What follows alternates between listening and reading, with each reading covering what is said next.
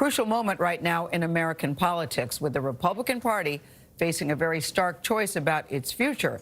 At the center of all this drama is a Congresswoman, Marjorie Taylor Greene, who escaped any punishment yesterday at a closed-door GOP meeting over her very extreme views, including endorsing political violence and anti-Semitic falsehoods. Meanwhile, in that same meeting, Congresswoman Liz Cheney survived an effort to remove her from GOP leadership, with members supporting her by a margin of 145 to 61. She had faced public anger for voting to impeach former President Trump.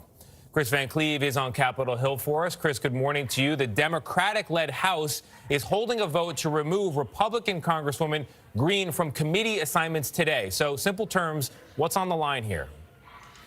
Well, Tony, good morning. We got a sense last night for the divide inside the Republican Party between the establishment wing and the Trump wing. And this private vote over Liz Cheney gave some Republicans the opportunity to defy President Trump without having to do so publicly.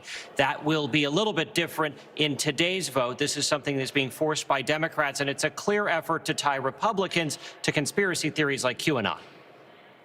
In the end, Republicans made no changes. The number one thing that happened at this conference was unity. This despite members spending hours debating whether to strip Wyoming's Liz Cheney of her leadership post over her impeachment vote and Georgia's Marjorie Taylor Greene of her committee positions. House Minority Leader Kevin McCarthy said he unequivocally condemned Greene's anti-Semitic, violent, and conspiracy-filled comments, but would not remove her from the Education or Budget Committee. She said she was wrong.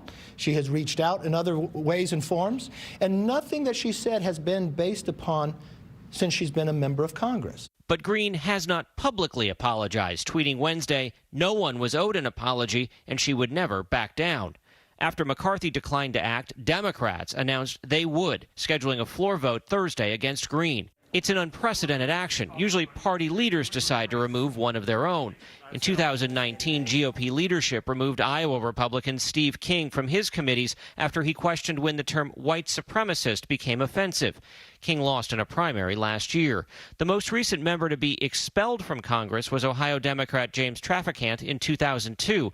He was convicted of 10 felony counts, including bribery, racketeering, and fraud. But that vote was about criminal action. Today's vote is about politics and the continued influence of former President Donald Trump.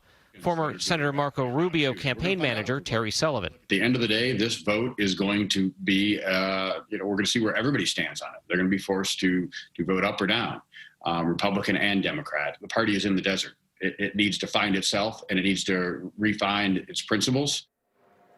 Now, without committee membership, Greene loses the ability to influence legislation that could impact her district. But all of this controversy is certainly raising her profile. She claims she's got a big supporter in former President Donald Trump, and she's been aggressively fundraising the last couple of weeks, raising $175,000 yesterday in just 24 hours. Anthony? Kris Van Cleave, thank you, Kris.